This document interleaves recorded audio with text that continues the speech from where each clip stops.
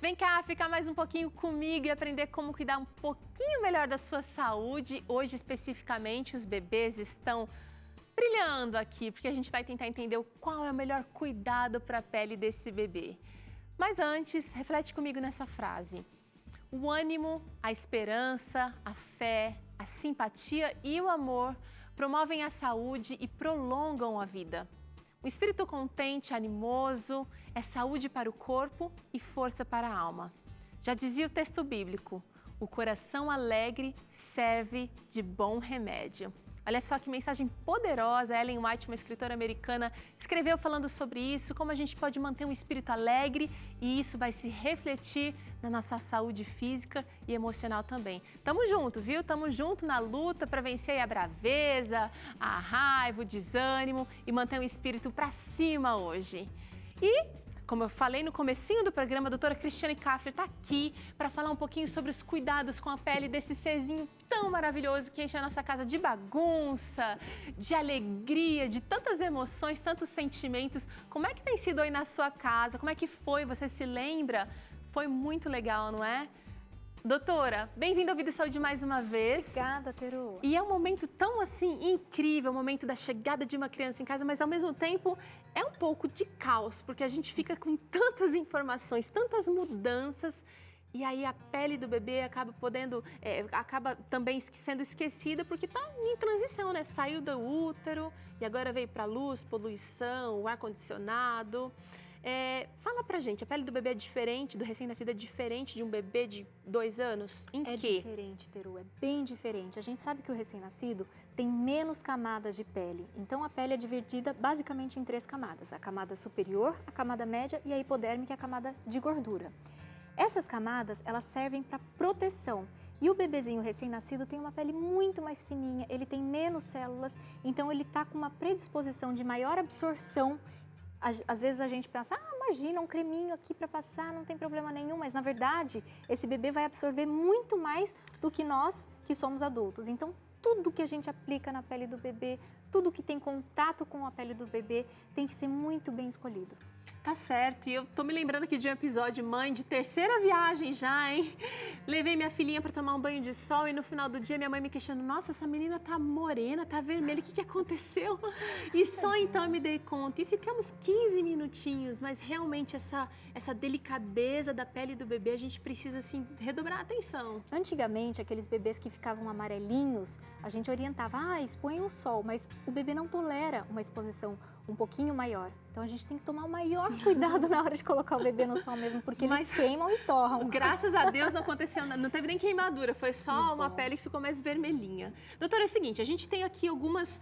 Vamos mergulhar nesse universo infantil, recém-nascido, a gente se prepara, as amigas fazem um chá de bebê, então vem colônia, vem talco, vem pomada, vem fralda, e a gente quer um bebê cheirosinho e gostosinho. E a gente não quer assadura também porque não quer ver o bebezinho sofrer. Sim. Vamos falar um pouquinho sobre cada item que pode atrapalhar a pele do bebê. Você começou até com um item aparentemente inofensivo.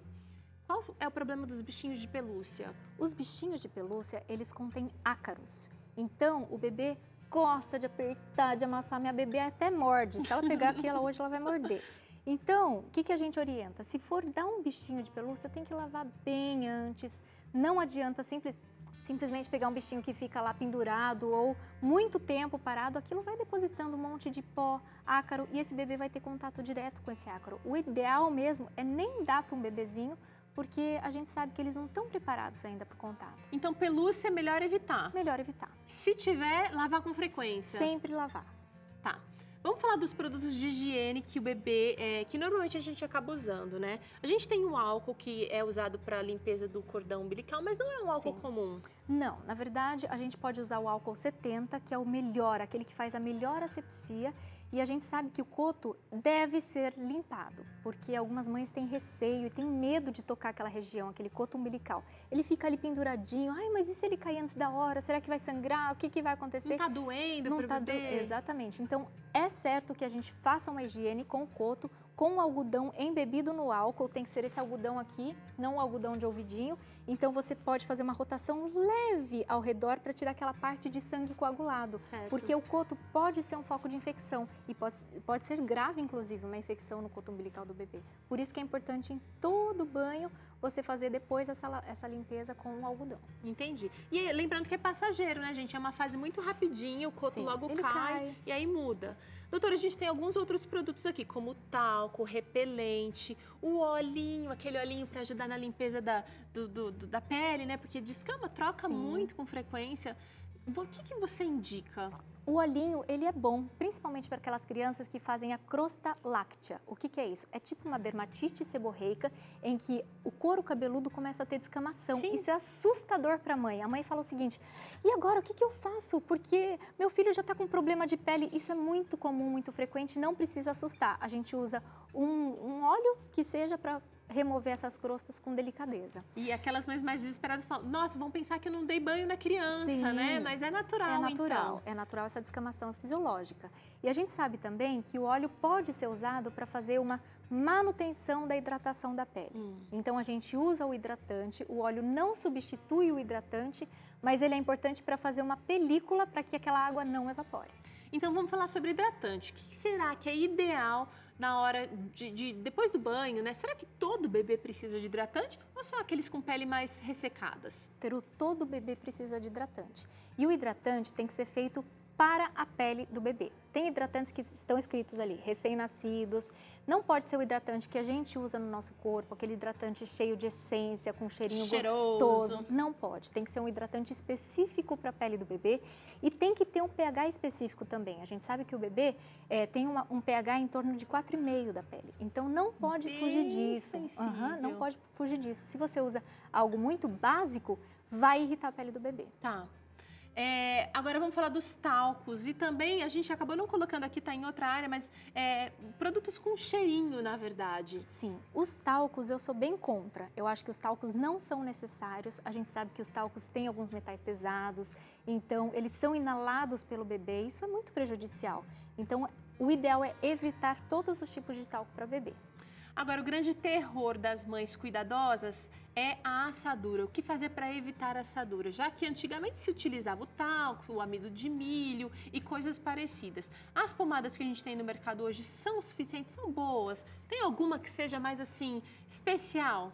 Mais importante do que as pomadas, principalmente a higienização. Então aqui a gente tem uma bebezinha, sexo feminino, olha que coisa linda. Nós vamos fingir que a gente vai trocar uma fraldinha aqui. Qual que é o ideal quando a mamãe for trocar a fralda da bebê?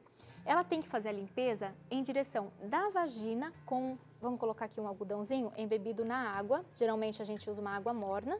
Então a gente faz a limpeza da frente para trás. Isso pode parecer óbvio, mas muitas mamães não sabem disso. E quando você faz a limpeza de trás para frente, você acaba trazendo fezes e bactérias que estão na região perianal, entendeu? Então sempre, mamães, a limpeza de frente para trás. Joia. E só fazendo essa limpeza com água morna, eu vi que você não usou lenço umedecido.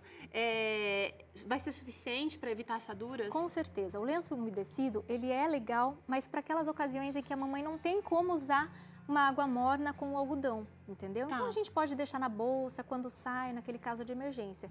Porém, o lenço umedecido, ele tem aroma, ele tem cheirinho, ele tem conservantes, então ele pode ser prejudicial. Lembrando que o bebê menino também precisa de uma limpeza detalhada, principalmente na região da bolsa escrotal e na região do pênis. Às vezes as mamães esquecem de limpar aquela região perto do prepúcio. Tá certo. Bom, então a gente está aqui evitando problemas de pele já, com a troca do bebê, com a troca da fralda. Agora a gente vai para perfumaria. Sabonetes líquidos, a gente tem muita coisa em barra, líquido, as colônias, álcool em gel. Qual é a aplicação de cada um desses produtos? E também a gente tem agora alguns shampoos da cabeça aos pés, né? Que você pode usar no corpo inteiro. Sim. Bom, eu sou contra toda colônia. Bebê não precisa de perfume, então é um irritante a mais. Eles têm uma pele muito sensível, uma pele que absorve muita coisa. Então evite qualquer tipo de colônia, mamãe. Deixa o cheirinho gostoso natural. Sim, com relação ao álcool gel, esse tem que ser o melhor amigo da mamãe. Por quê? Sempre que a mamãe estiver, por exemplo, num local que tem muita gente, as pessoas se encantam com a presença do bebê e elas chegam e querem beijar a mãozinha do bebê. Isso é muito perigoso para o bebê. Por quê? Vamos supor que a pessoa que deu um beijinho ali tem um herpes. A gente já teve casos de bebês que internaram em UTI por causa de uma encefalite herpética. Olha só. Por causa de um beijinho. Então, um beijinho que parece inocente pode ser muito perigoso. Por isso, a mamãe tem sempre que ter um álcool gel ali dentro da bolsa. Mamãe, alguém pegou? Vai lá e passa um pouquinho de álcool gel. Certo. E já fica a dica para você que vai visitar um recém-nascido, você que vai visitar sua amiga que acabou de ter bebê, nada de beijar as mãos. Se tiver que beijar em algum lugar, aqui atrás talvez, né, doutora? Para não Nem a bochecha pode. Nem bochecha, pezinho também, porque a criança coloca o pé na boca. Evite, evite. Mesmo que você esteja 100% de saúde, o bebê ainda está fazendo o sistema imunológico, tá? Então dá um desconto aí, fica a dica. Doutora, além vamos falar dos sabonetes, exatamente, porque existem algumas marcas ou alguns tipos que acabam ressecando ainda mais a pele do bebê. Sim. Como faz isso para a gente escolher o melhor? Geralmente, o sabonete em barra resseca mais do que o sabonete líquido. Sempre lembrando que, quando a gente dá banho no bebê, ele fica na banheira. Então, aquela água, ela não é renovada. Então, a gente tem que usar muito pouquinho, mas muito pouquinho. Coloca um pumpzinho e esse pump a gente vai distribuindo nas regiões mais importantes do bebê, que são as dobrinhas, região das axilas, região genital, pés e mãos. E quando o bebê começa a engatinhar, o joelhinho também, entendeu? Mas nada de colocar muito sabonete no tronco, fazer aquela espuma, porque depois essa espuma não vai ser removida e o bebê vai fazer dermatite, vai fazer uma pele seca com mais facilidade. Tá. Finalizando, acho que aqui essa parte da higiene, nós temos aqui as fraldas descartáveis e também as ecologicamente corretas, né? Que são as fraldas reutilizáveis, das antigas, da nossa época, talvez, né, Cris? Um pouquinho mais atrás até. Eu não cheguei a usar fralda descartável. Nem eu. Vamos falar um pouquinho dos benefícios e vantagens para a pele do bebê. Questão ecológica a gente discute numa outra hora. Bom, essas fraldas, elas têm um tecido muito delicadinho, então elas são ótimas para a pele do bebê, diferente das fraldas que a gente usa com mais frequência. Estas fraldas, elas têm plástico, elas têm algumas substâncias que podem ser tóxicas para o bebê, então o ideal seria usar esta fralda, mas ela dá muito mais trabalho, então a gente sabe que a gente acaba usando essa aqui. Para vocês terem uma ideia, até o desfraude do bebê são usadas em média 6.000 fraldas. Uau! 6.000, é muita coisa. É muita coisa, muita grana e também eu tô pensando no meio ambiente, a natureza. Né? Quanta coisa a gente acaba descartando. É verdade. Na medida do possível, voltar para as origens, né, doutora? Sim, com certeza, um paninho. Eu tenho pacientes que têm dermatite mesmo, alergia ao plástico, então a gente tem que orientar essas fraldinhas de pano. Vem cá, temos aqui uma banheirinha. E você já falou do banho, falou da importância de usar pouco sabonete. E a gente tem aqui um brinquedinho que também parece inofensivo. Qual é o problema de um brinquedo desse que pode trazer para a pele do bebê, doutora? Bom, a temperatura da água geralmente é morna. Quando a gente tem plástico em contato com temperaturas mais aquecidas, a gente tem um risco de liberação do BPA. O BPA é uma substância que pode causar problemas à saúde do bebê, inclusive é cancerígena. Então, o ideal é que a gente evite esses bichinhos, esses brinquedinhos de plástico quando eles têm contato com água quente. Além disso, essa tinta, ela pode sair. Às vezes o bebê gosta de morder naquela fase da dentição. Às vezes não, certamente. Então, ela pode sair, pode ser liberada na boquinha do bebê. É bom evitar, né? Tá.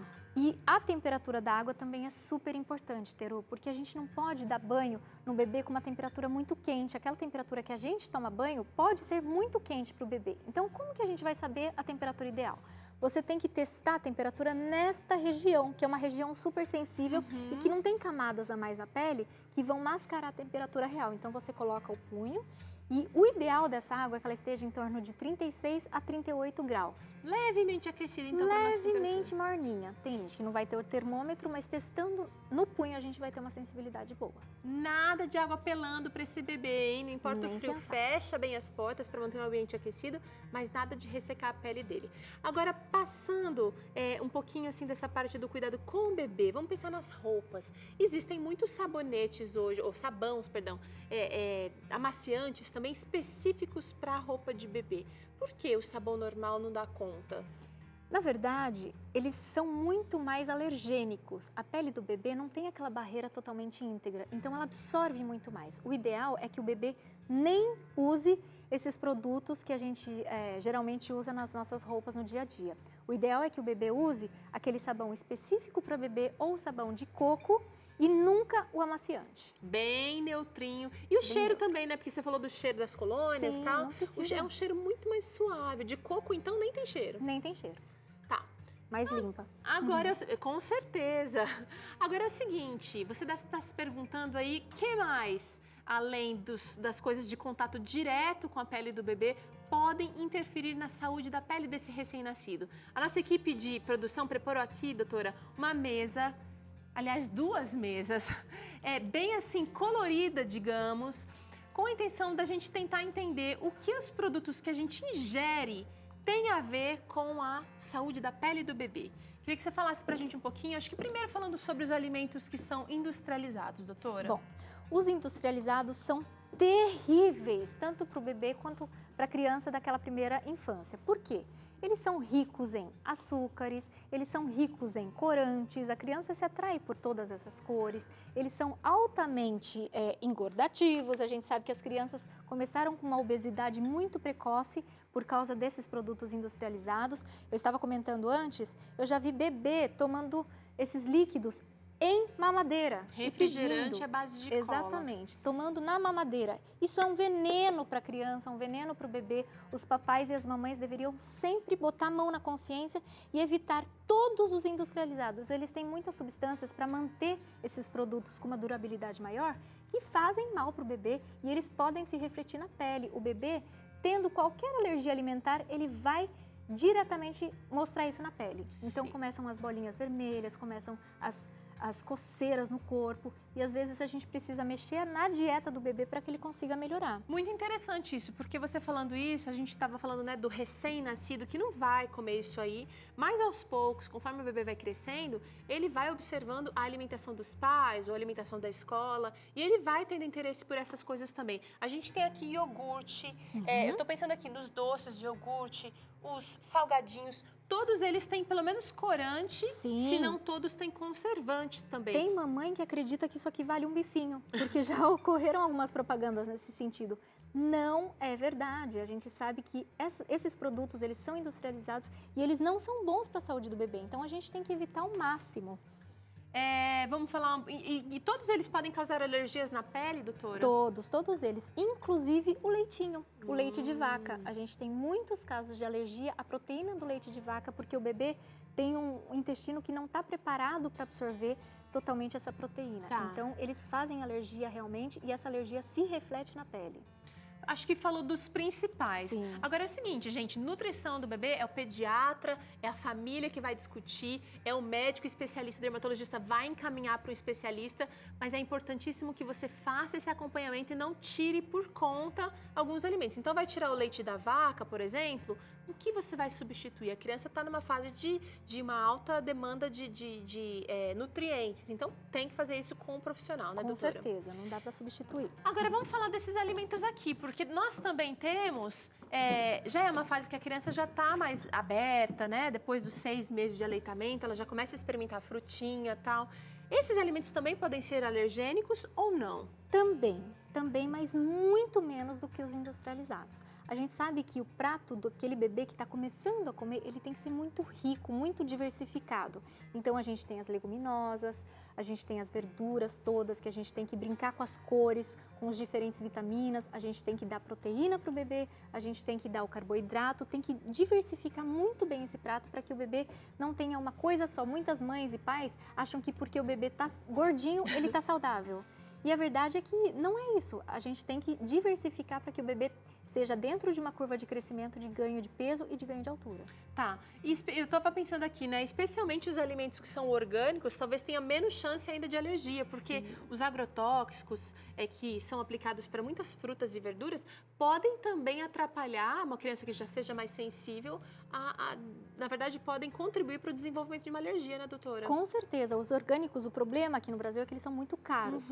Mas se você não tiver acesso aos orgânicos, lave muito bem com escovinha e depois coloque com bicarbonato. O bicarbonato ajuda um pouquinho a neutralizar. Bicarbonato com água. Quanta coisa a gente aprendeu aqui tão rápido e cuidados específicos com a pele do bebê, e diretos e também indiretos, né? A roupinha que ele usa, os brinquedinhos que você mantém no quarto dele ali. E tem um item específico que a gente acabou não mencionando, mas que eu faço aqui lembrança, que é a tal da naninha, a tal da mantinha do bebê, que às vezes acompanha ele até a fase escolar. Também pode ser um fator de carregar alguns elementos alergênicos. A naninha também tem que ser lavada. E aqui vai uma dica de mamãe, é que você deve comprar 2 naninhas iguais. Mínimo. Ou 3, porque você consegue tirar a naninha para aquela bebê que gosta da naninha para dormir e lavar enquanto a outra está secando. Você consegue fazer essa troca, porque tem bebê que só dorme com a naninha. Então aquela naninha fica caindo aos pedaços, cheia de bactéria, cheia de fungo, porque a mãe não consegue tirar para lavar. Outra lembrança Dica da mamãe esperta aqui, então. Outra lembrança importante é o protetor solar. Bebês não podem usar protetor solar a partir dos 6 meses de vida. Até os 6 meses, então, até não os pode 6 usar. meses de vida. Então, se você levar o seu bebê para praia, é roupa com fator de proteção UV, é chapéu, sempre deixar o bebê na sombra para não ter que colocar o protetor solar. E o repelente também está super na moda por causa das doenças que a gente tem visto. O repelente também pode ser aplicado no bebê a partir dos 6 meses de vida. Tá certo. À base de caridina. Doutora, quero agradecer demais sua participação aqui com Dúvida e Saúde novamente. Muito bem, e agora é hora de beleza natural. O que será que a Rafa vai ensinar pra gente hoje?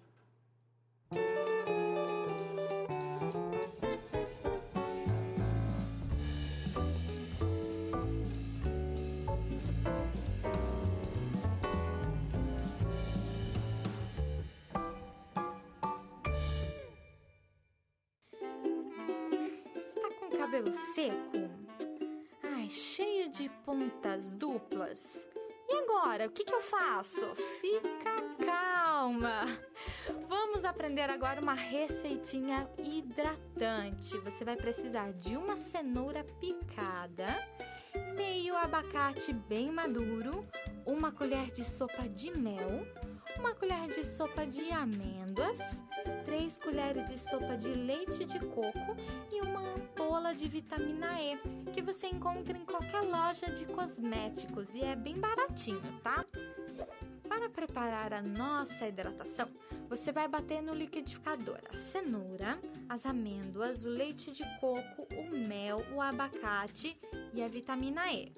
Depois de ficar bem homogêneo, ou seja, bem batido, é só aplicar nas madeixas e deixar agir por 30 minutos e aí enxaguar.